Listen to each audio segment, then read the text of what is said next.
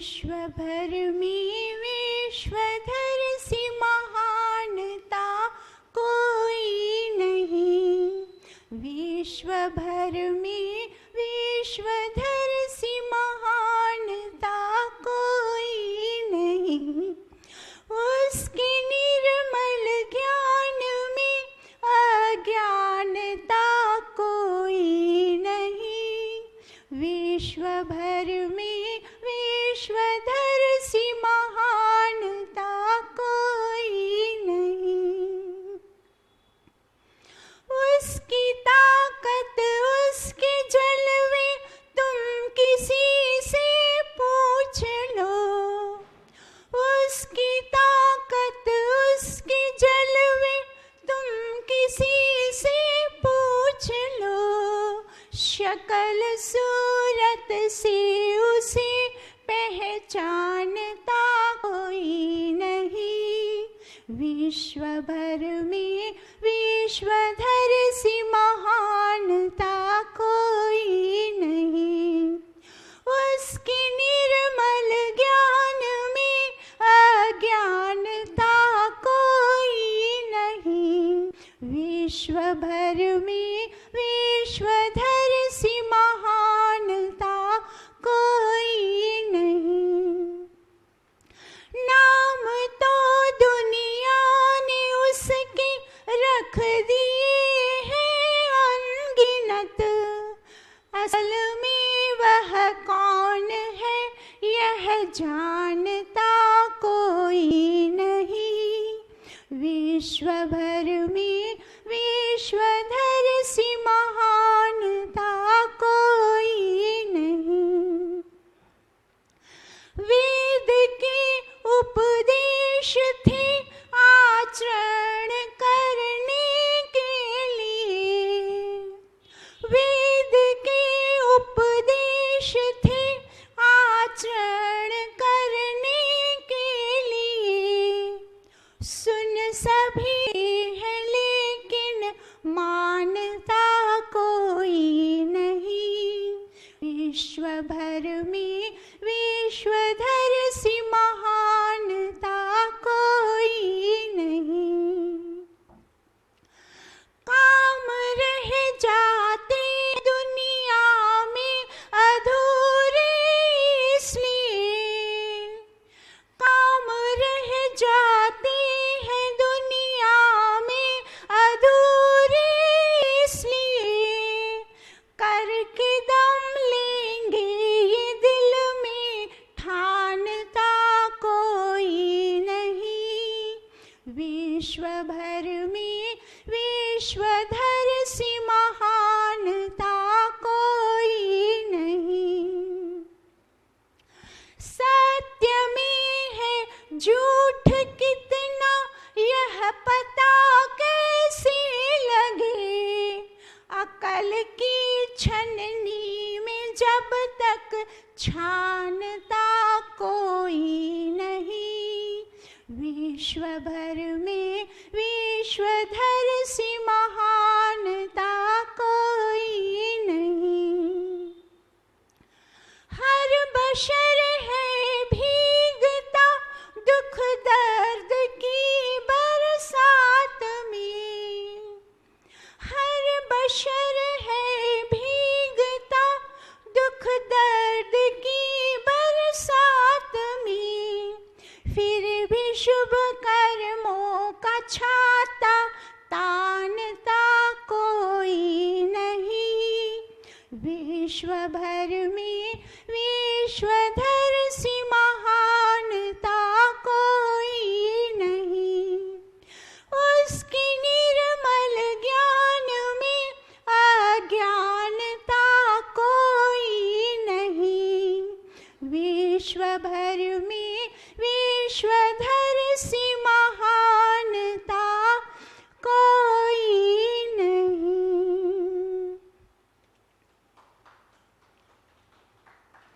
अब इस भजन में क्या बता दिया? नाम क्या बता दिया? विश्वधर।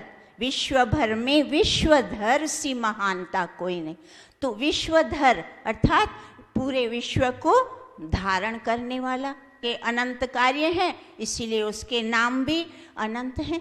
और ये बात वेद में बता दी गई है ना, वेद में यजुर्वेद का 13वां अध्याय 4था मंत्र, हाँ लगभग 4था मंत्र है, सदाधार ध्यावा पृथ्वी।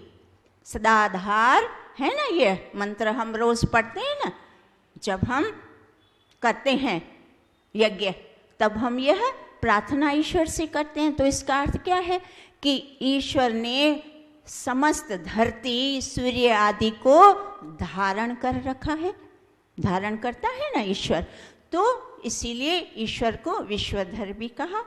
तो ईश्वर पूरे जगत को कैसे उत्पन्न करता है, फिर धारण करता है, वो पालक है, अधिष्ठाता है, वो हम आज सांख्य दर्शन में हमें महर्षि कपिल इस बात को और अच्छी तरह से हम समझने का प्रयास करते हैं। तो वो मंत्र छोटा सा है, तत्सन्निधानात् अधिष्ठातृत्वं मणिवत्, अर्थात तत्सन्निधानात्, अर्थात यह जो प्रकृति है उसका ईश्वर के साथ सानिध्य, सन्निधानात् अर्थात सानिध्य से, अधिष्ठातृत्वम अर्थात अधिष्ठातृत्व ईश्वर का सिद्ध होता है। अधिष्ठातृत्व अर्थात क्या, स्वामी, मालिक, नियंता, नियंत्रण करता, संचालन करता, वो कौन, किसका सिद्ध हो रहा है, ईश्वर का सिद्ध हो रहा है। तो आगे क्या बताया, वो कैसे, तो क्या बताया, मणिवत अर्थात मणि के समान। तो कौन सी मणि, अयस्कांत मणि, अयस्कांत मणि अर्थात चुंबक। तो आगे हमें इस तरह से समझना है कि जगत के मूल उपादान अचेतन प्रकृति में कोई भी प्रवृत्ति चेतन की प्रेरणा के बिना स्वतंत्र रूप से नहीं होती। समस्त विश्व के संचालन का नियंता एक चेतन है, जैसे अयस्कांत मणि अर्थात चुंबक। तो चुंबक लौह धातु में सानिध्य मात्र से क्रिया विशेष को उत्पन्न कर देता है। इसी प्रकार चेतन परमात्मा केवल अपने सानिध्य से समस्त प्रकृति का संचालन करता है। प्रकृति में प्रत्येक क्रिया, विकार या परिणाम, अच्छा विकार का अर्थ पता है क्या है, ये जो पदार्थ बने हुए हैं जगत का, वो क्या है, परिवर्तनशील है। घटना, बढ़ना, गलना, सड़ना, फिर अंत में नष्ट होना, इसको क्या कहते हैं, विकार कहते हैं। यह प्रकृति के विकार हैं।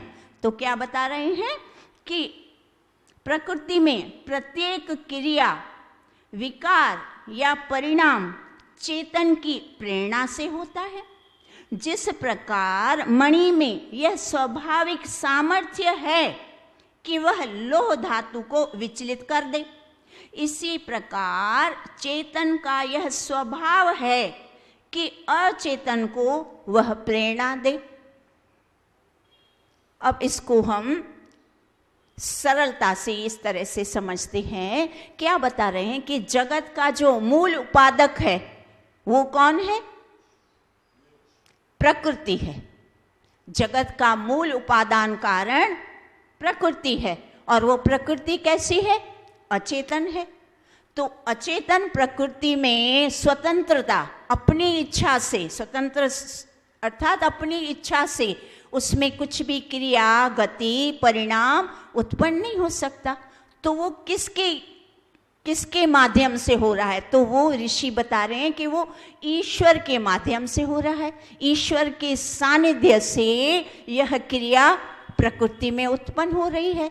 तो वो कैसे, तो उदाहरण देख के बताया, जैसे चुंबक का स्वभाव है कि वह लौह धातु को अपनी ओर आकर्षित करके विचलित कर देता है, क्रिया उत्पन्न कर देता है।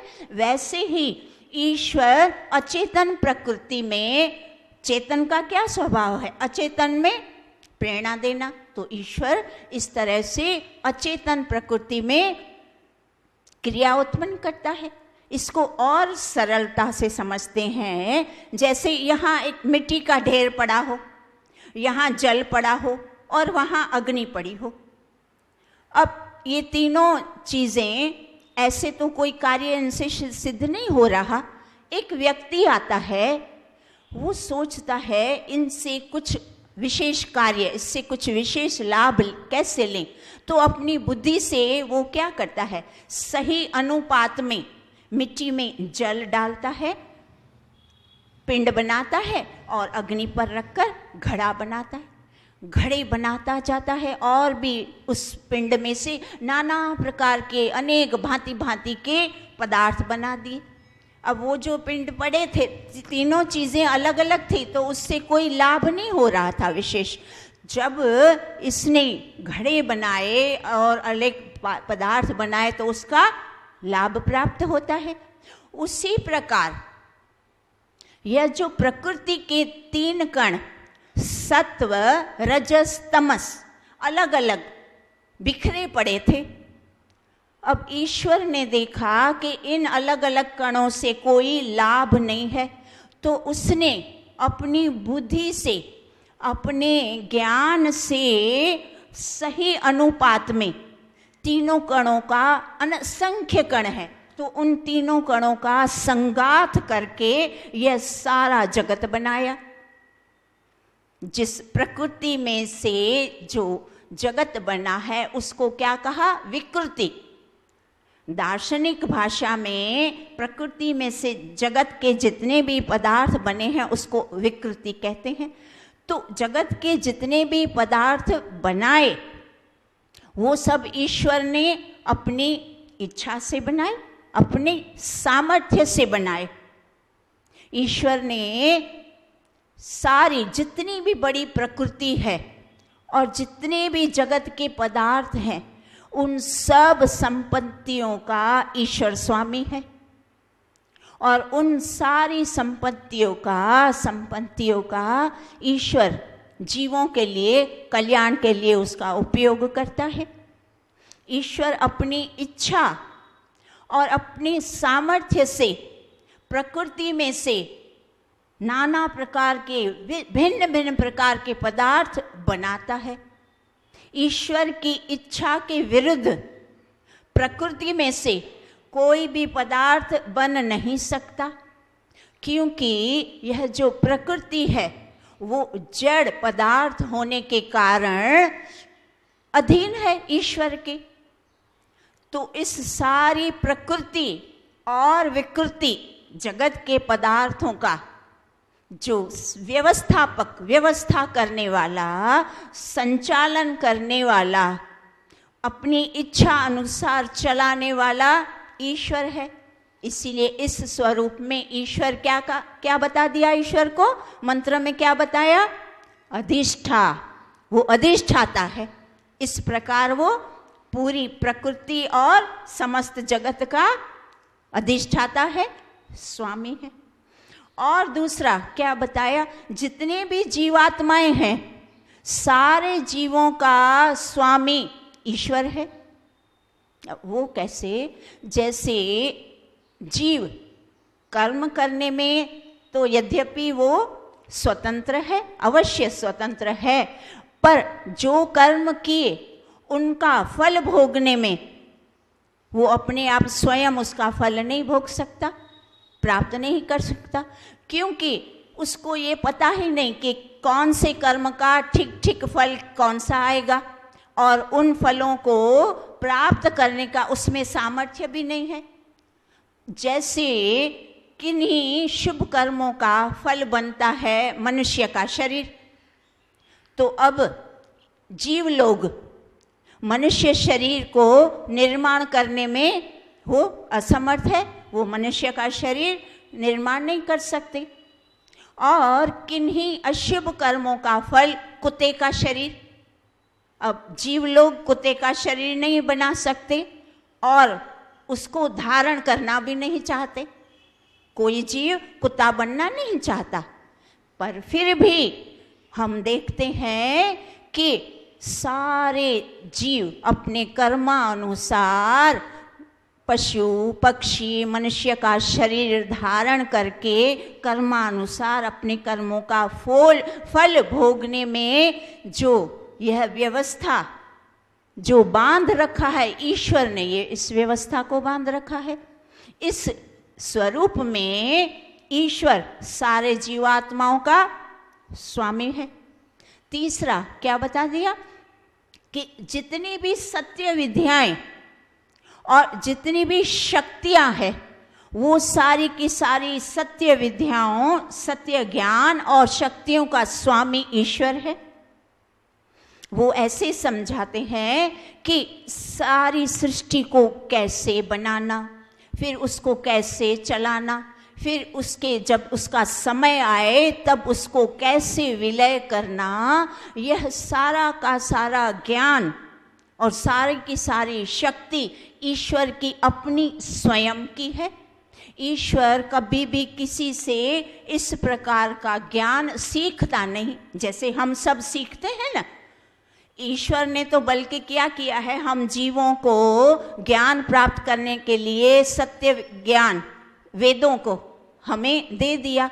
तो हम ये सब जो भी ज्ञान सुना रहे हैं, सुन रहे हैं, वो किसके, ये हमारा नहीं, ये उस ईश्वर का है। उसने वेदों में हमको दिया और हम उसको पढ़ के सुन के सुनाते हैं, सुनते हैं और ज्ञान को प्राप्त करते हैं। तो क्या बताया जा रहा है कि यह जितना भी ज्ञान है सृष्टि को बनाने का, चलाने का और विलय करने का, वह सारा ज्ञान ईश्वर का स्वयं का है। वो न किसी से सीखता और न किसी से शक्ति लेता। ये तैत्तरीय उपनिषद में यह बात ऋषि ने हमें वापस बताई। क्या बताया कि इस जगत का उत्पादक, पालक और विनाशक केवल एक ईश्वर है। जैसे इस बात को फिर कुछ लोगों ने पता है अंग्रेजी शब्द बनाए हैं, गॉड, GOD स्पेलिंग होती है ना। तो इसी ये बात हमारे वेदों को ही दर्शाती है, वेदों में से ही लोगों ने सीखी। तो उसका क्या अर्थ बना, गॉड मतलब G generator, O for operator और D फॉर डिस्ट्रॉयर। अर्थात ईश्वर उत्पादक भी है और चालक भी है, धारक भी है और विलयकर्ता, विनाशक भी है। अब इतना सारा ईश्वर ने वेदों में और सारे ऋषियों ने दर्शनों में, उपनिषदों में अच्छे से समझाया, फिर भी लाखों लोग आप देखते हैं, करोड़ों लोग क्या मानते हैं, क्या भ्रांति है उनको कि सृष्टि का रचयिता ब्रह्मा है, सृष्टि का पालन करता विष्णु है और इस सृष्टि का संहार करता, नाश करने वाला शंकर, महेश, क्या पता क्या ये बता दिया। और फिर उन सबका मूर्तियां बना बना के मंदिरों में रख दी, आओ इनकी पूजा करो क्योंकि इन्होंने सृष्टि बनाई और यही सृष्टि चला रहे हैं और यही सृष्टि का नाश कर रहे हैं। तो आप बताइए कितनी सारी भ्रांतियां इस संसार में, जितनी अविद्या, जितनी भ्रांतियां और जितनी अशुभ कर्म और जितने दुष्कर्म, जितना अज्ञान अविद्या है, वह सब ऋषि क्या बता रहे हैं, वह सब मनुष्य से आविष्कृत किए हुए हैं। इन सब का आविष्कार मनुष्य ने किया है। ईश्वर तो मात्र स्वभाव से शुद्ध और पवित्र है, उसके पास मात्र सत्य ज्ञान है, उसके पास अशुभ ज्ञान, मिथ्या ज्ञान, अविद्या उसके पास है ही नहीं और न ही वो किसी को सिखाता है। तो ये सारा का सारा मिथ्या ज्ञान, अविद्या जो भी है, अज्ञान, अविद्या, दुष्कर्म, अशुभ कर्म, वो मनुष्य ने अपनी मूर्खता से और अपने स्वार्थ से उसका, इन चीज़ों का आविष्कार किया और फिर उसका दुख फल भोगते हैं। तो इस तीसरी बात में क्या बता दिया कि सारी सत्य विद्याओं और सारे सत्य ज्ञान का ईश्वर स्वयं स्वामी है। और आगे क्या बताते हैं, इसके अतिरिक्त ईश्वर सब जीवों के अंदर बैठा हुआ रहता है, विद्यमान रहता है और सबके अंदर बैठकर सारे जीवों की मानसिक योजनाएं, मानसिक विचारों को वो देखता है और उसके मुताबिक अगर शुभ योजना बनाई, शुभ विचार किया, तो फिर उसका फल वो क्या करता है, उत्साह उमंग उत्पन्न करता है। और अगर किसी ने अशुभ योजना बनाई, अशुभ विचार किया, तो फिर ईश्वर क्या करता है, वहाँ वो लज्जा, भय, शंका उत्पन्न करता है। इस स्वरूप में ईश्वर जीवों के अंदर बैठा जीवों का नियंत्रण करता है। पर जब जीव कोई बुरा कर्म करता है तब ईश्वर उसका हाथ नहीं पकड़ता, क्योंकि जीव कर्म करने में जीव स्वतंत्र है तो उसकी स्वतंत्रता समाप्त हो जाएगी। इसीलिए ईश्वर कभी भी बुरा कर्म करते समय जीव का हाथ नहीं पकड़ता, मात्र सुझाव और संकेत के तहत ही जितना सुझाव अंदर देता है, संकेत के माध्यम से ही वो उतना ही उसका नियंत्रण है। फिर आगे ये बताते हैं कि मृत्यु के बाद जब जीवात्मा अपने कर्म अनुसार फल भोगना है, तब उसकी व्यवस्था सारी, उसका व्यवस्था का नियंत्रण ईश्वर करता है। जीव ने अपने कर्म के अनुसार जो जो कर्म किए, तो उस कर्मों के अनुसार मनुष्य, पशु, पक्षी आदि आदि उनके जो भी जन्म देना है, वह सारी की सारी व्यवस्था, सारा का सारा नियंत्रण ईश्वर के हाथ में है। ऐसा कभी नहीं हो सकता कि ईश्वर जीव कर्म करे बुरे और फल प्राप्त कर ले अच्छा, ऐसा कभी नहीं हो सकता। क्यों नहीं हो सकता? क्योंकि इस सब कर्म व्यवस्था का नियंत्रण, नियंता ईश्वर विद्यमान है, अंदर भी बाहर भी। इस प्रकार से ईश्वर यहाँ भी जीवों का अधिष्ठाता है, अर्थात स्वामी है। और जब जीव मनुष्य समाधि लगाता है, तब ईश्वर तुरंत उसको आनंद प्राप्त कराता है, क्योंकि आनंद पर नियंत्रण ईश्वर का है। ईश्वर का नाम है ना सत्य चित आनंद स्वरूप, तो ईश्वर आनंद का भंडार है, ईश्वर आनंद का स्वामी है। तो ईश्वर अपने आनंद से उसको आनंद दे देता है। इस तरह से ईश्वर का आनंद पर भी नियंत्रण है। फिर आगे बताया कि यह जो प्रजनन व्यवस्था पर ईश्वर का नियंत्रण है।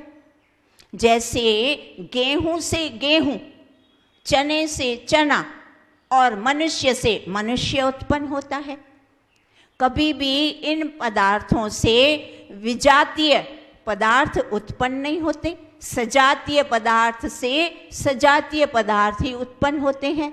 तो यह जो व्यवस्था है, उस व्यवस्था को नियंत्रण में कौन रखता है? ईश्वर रखता है। ईश्वर ने इसको नियंत्रण में रखा हुआ है।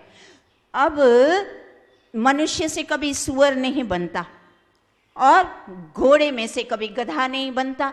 तो ये जो सारी व्यवस्था है, ये अपने आप नहीं हो रही, ये ईश्वर इसको नियंत्रण में रखा हुआ है। अब यह जो सीधी सी बात कितनी स्पष्ट है, हम सब समझ गए, पर इस अर्थ का भी बहुत सारे लोगों ने, करोड़ों लोगों ने अनर्थ कर दिया। पता है क्या अनर्थ किया?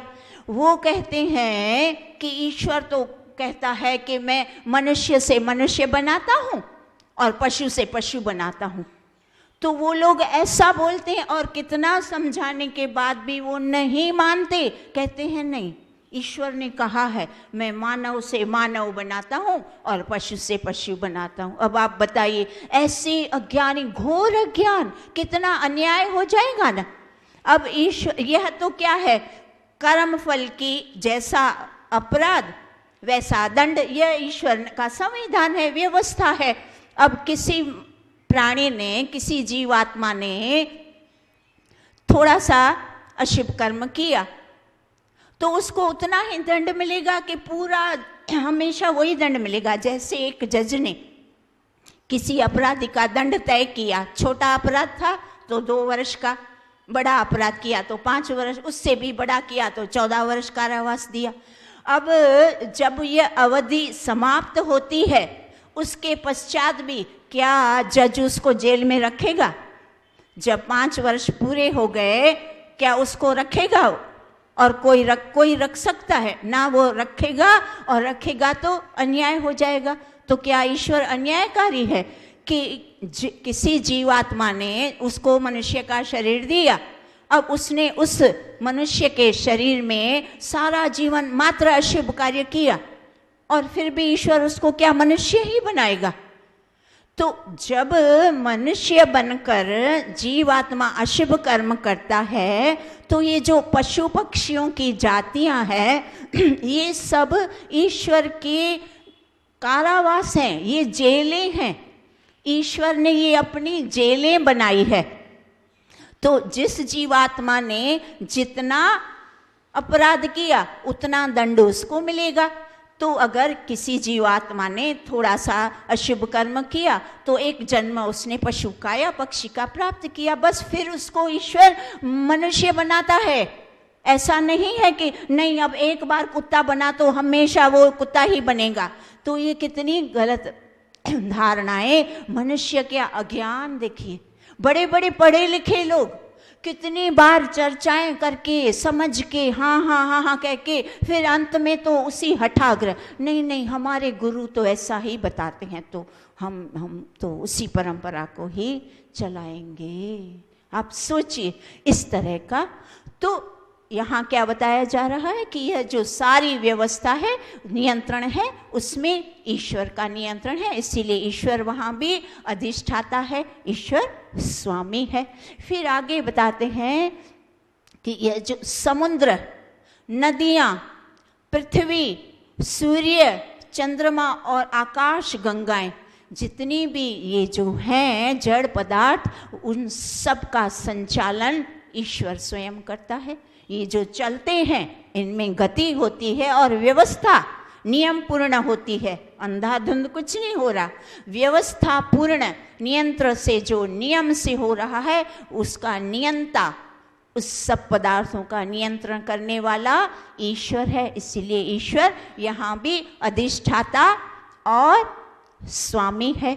इस तरह से अब हमें क्या समझा दिया गया इस मंत्र में? मंत्र का सार ऋषि क्या बता रहे हैं कि ये जितने भी पदार्थ हैं जगत में, हम सब जीवों के पास जितने भी पदार्थ हैं जड़ और चेतन, जड़ में क्या है? भूमि, मकान, फिर यह शरीर, धन, गाड़ी, बंगले, शरीर, मन, बुद्धि, फिर चेतन में पुत्र, पौत्र, माता पिता, संतान आदि आदि, भाई बहन जो भी है, ये दोनों पदार्थ जो मनुष्यों के पास हैं, वो सारा का सारा उत्पन्न करने हारा ईश्वर है।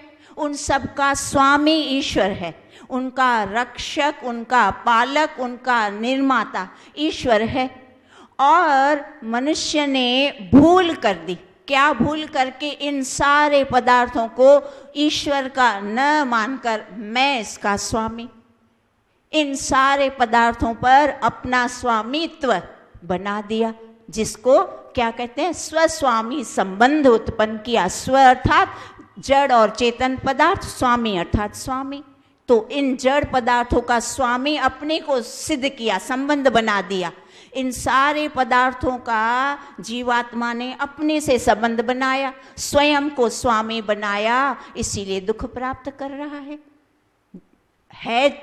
सारी संपत्ति है ईश्वर की। देखो हमें अच्छी तरह से समझाया, है ईश्वर की संपत्ति, और उस संपत्ति को जीवात्मा, मनुष्य अपना समझते हैं, इसीलिए दुखी होते हैं। मेरी है, किसी को नहीं दूंगा। और जब मेरी मेरी करता है, और फिर जब वो चीज़ें, पदार्थ या कुछ भी जड़ चेतन जो भी नष्ट होता है, तब उसको दुख होता है। दुख होगा ना, क्योंकि उसने अपना समझा। अगर उसने ईश्वर का समझा होता तो उसको दुख भी ना होता और कृपणता भी ना आती, उदार बनता, बोलता मेरा तो है नहीं, ईश्वर का है तो मैं भी उपयोग करूं, दूसरों को भी उपयोग। तो इससे जब मनुष्य इन सारी संपत्तियों को ईश्वर की मानेगा तो मनुष्य के अंदर से बहुत सारे विकार दूर हो जाएंगे। अभिमान, ईर्ष्या, कृपणता, ये जितने भी दोष हैं, अन्याय आदि जो शोषण करता है धन संपत्ति के, वो करेगा ही नहीं, सब छूट जाएंगे। तो इसीलिए सत्य ज्ञान धारण करने से हमारे दोष दूर होते हैं। इसीलिए हमें वेदों के जो मंत्र हैं उन मंत्रों को ऋषि मुनियों ने क्या किया, छोटे छोटे मंत्र, छोटे छोटे सूत्र बनाकर दर्शनों में और उपनिषदों में हमें सरलता से ज्ञान प्राप्त करके और इन सब दोषों को छूटने का सरल उपाय समझा दिया। तो हमारा समय हो चुका है, अगली बार हम और अगला मंत्र करते हैं।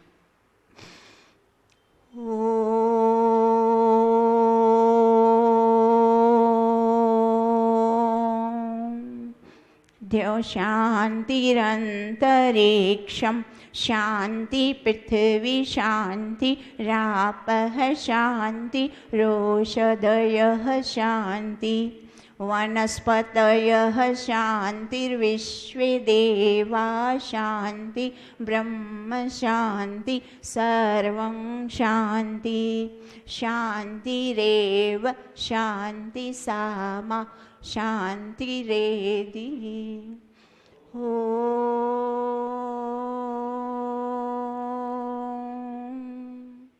शान्तिः शान्तिः शान्तिः। सर्वेभ्यो नमः। आप सबका बहुत बहुत धन्यवाद।